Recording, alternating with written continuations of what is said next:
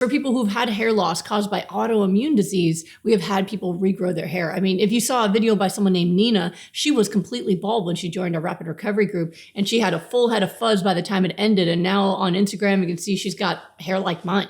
So if it's autoimmune, inflammatory, if it's from thyroid disease that you can reverse, then that hair should come back.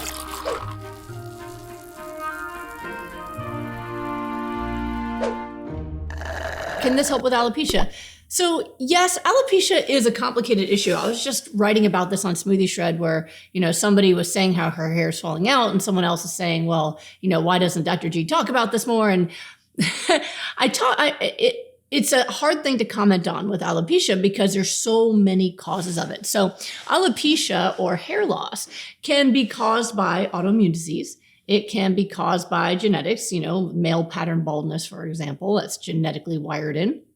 My husband's hair didn't grow back, all right? That was bald before, all right? So there's that kind. But there's also hair loss that's precipitated by different kinds of stress. So stress, emotional stress. There was a post-COVID hair loss syndrome that I spent a full day on radio news stations talking about that, where they wanted, the stress that having COVID put on the body was causing hair loss about 3 to 4 months later. So hair loss caused by stress to the body, either emotional or medical, physical stress, can cause hair loss as well, usually 3 to 4 months later. So people will often blame what they're doing right now for their hair loss, when really the hair loss is being caused by an event that already passed a while ago.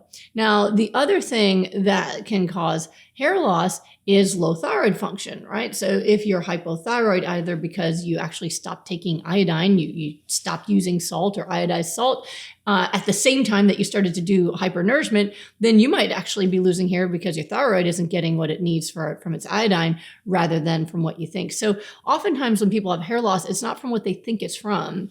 And it can be complicated. And that's why I am not quick to give answers on that when people just say I have hair loss online, because if I don't know you, I don't know the reason for it. But what I can say is for people who've had hair loss caused by autoimmune disease, we have had people regrow their hair. I mean, if you saw a video by someone named Nina, she was completely bald when she joined our rapid recovery group, and she had a full head of fuzz by the time it ended. And now on Instagram, you can see she's got hair like mine.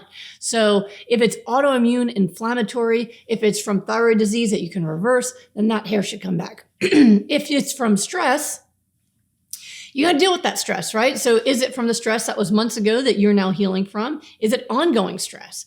Your hair will react to that, and it's a very common syndrome that people get. So I hope that explains alopecia to you and why it is not a quick answer for me when people ask about that.